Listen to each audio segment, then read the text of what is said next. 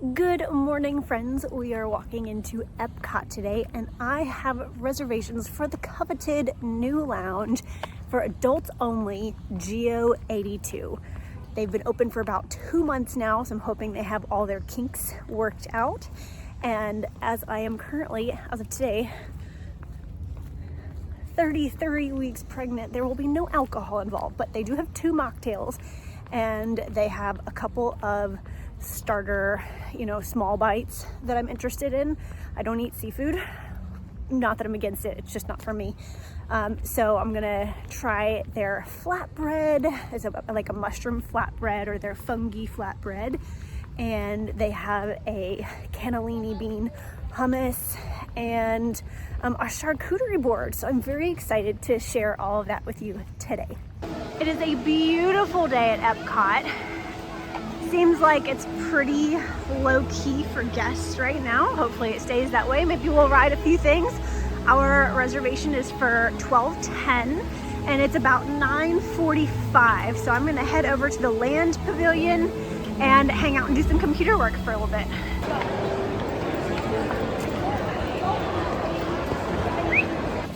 It is 11:35 and I just finished riding the Living with the Land boat ride.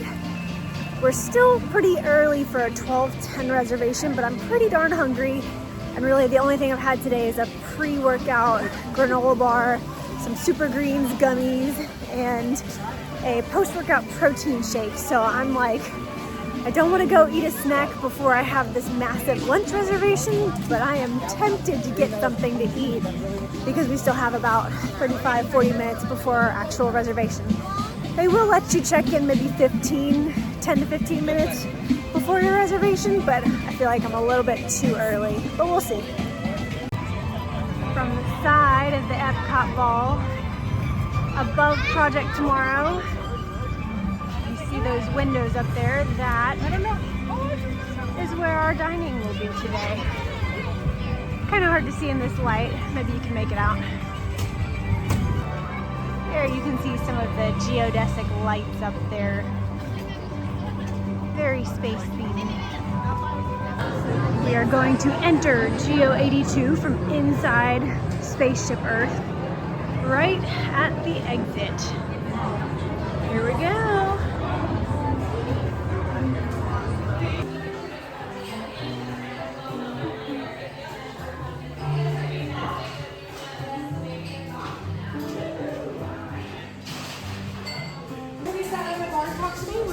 Our amazing and talented bartenders create a lot of our handcrafted cocktails. Perfect. We're going for mocktails today. The ice and the method we're using to make every cocktail. Alrighty. On this little page is going to tell you the little history behind Geo 82. Moving on, we get the cocktails. Every cocktail here, they all have a culinary inspiration behind. My favorite on this side is going to be the strawberry black pepper sour. We grab the strawberries and we infuse it with Campari for 24 hours. We add a black pepper simple syrup to it. This drink is going to be on the bitter side. It's going to be citrus forward and it's going to be a little spice too. It goes amazing with every food item. That's why I like to recommend it. We also have the Disney Select Bourbon Flight. For that one, our executive went to these different distilleries and they handpicked a barrel just for Geo 82. Cool. Moving on. We get the syrup-proof cocktails. We have a beer selection. We also have a non-alcoholic IPA. We have our wine list. And we also have the small bites. For the small bites, I love our charcuterie board. It's the best one on Disney property right now. And we also have the cannellini hummus as a plant-based option, okay? Perfect. I'll give you 2 seconds to look at the menu.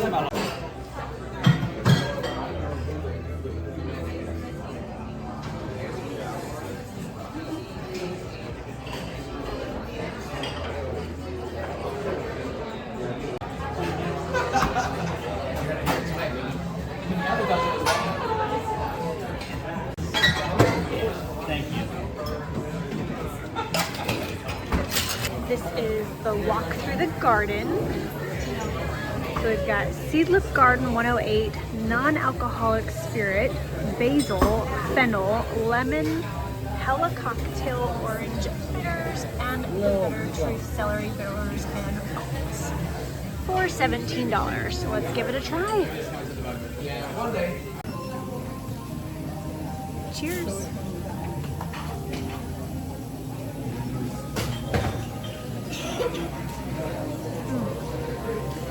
Refreshing, citrusy, herbal, really lovely, especially on a hot Epcot day. Healthy Disney approved. Our charcuterie board has arrived.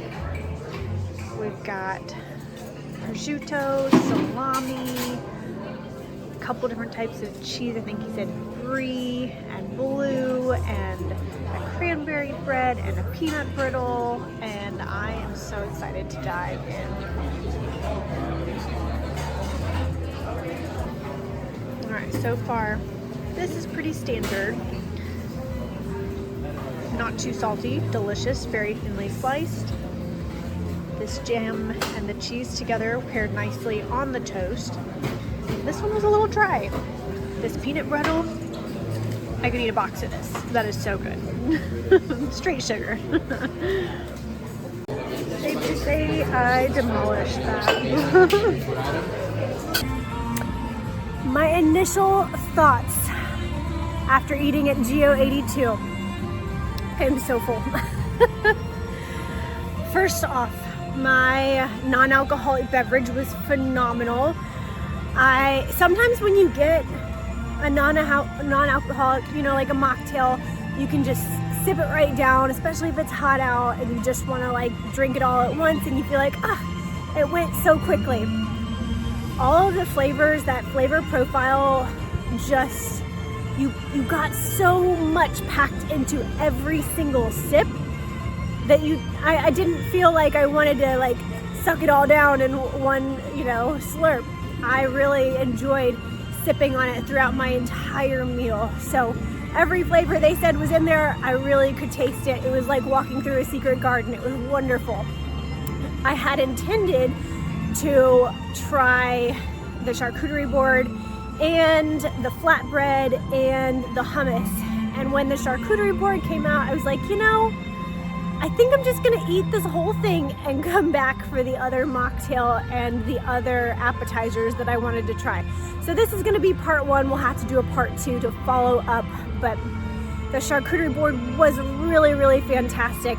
They kind of said it was the top one in Walt Disney World right now. I've had other charcuterie boards. This one was pretty up there. I don't know if it's definitely top three. It was very good.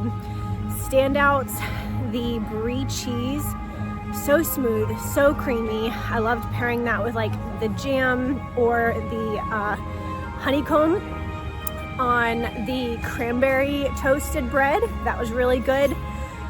There was a cheese and I asked what it was and they told me, and I've already forgotten what it's called. There was one cheese that I didn't really care for. It was a little bit drier, which is fine, and I don't know, it was fine. It just wasn't my cup of tea, so I didn't really eat much of that one. There was one toast that was just kind of a plain buttered toast. I could have done with or without. I would have liked something a little bit more, I don't know, it was something a little more different, something I couldn't have made at home, you know? But it's still like that toast still paired well with other things on the plate. What else? The pickles were good, not standout, but they were good.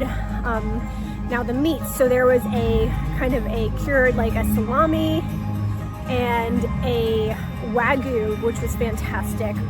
And then one from Spain, and they said that the pig that one came from, this one was most like a prosciutto. They lived on a diet of nuts only. So I thought that was fascinating, and that was very good as well. So I really enjoyed the different cured meats that were on that tray. The blue cheese was actually pretty creamy. Sometimes blue cheese can be a lot. This one was really nice. So if you're not usually a huge blue cheese fan, you might still like this one.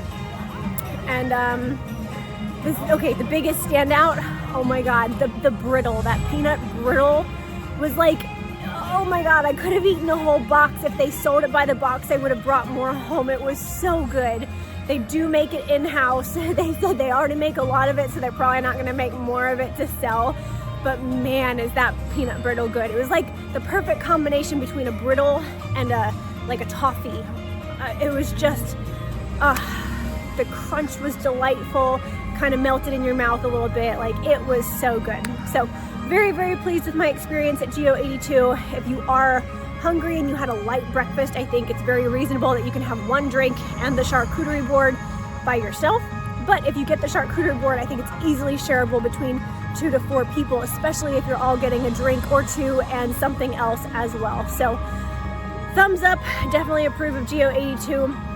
It's a little bit more on the pricey side, so just keep that in mind. All of their cocktails are between, I want to say, 25 and 28 bucks.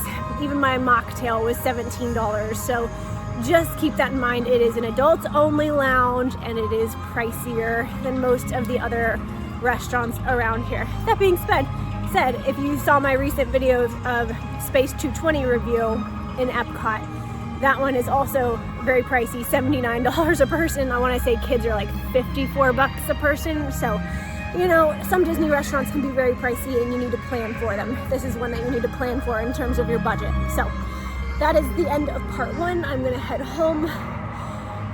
Today's getting me 33 weeks pregnant. I feel like it's been a little harder to walk around and catch my breath today. So I'm gonna go rest a little bit. But thank you guys for watching. Make sure you like and subscribe to this channel. Comment below and let me know what you want to see future food reviews of, or just what you want to see in the Walt Disney World parks and resorts. So I will talk to you guys in the next video. Bye for now.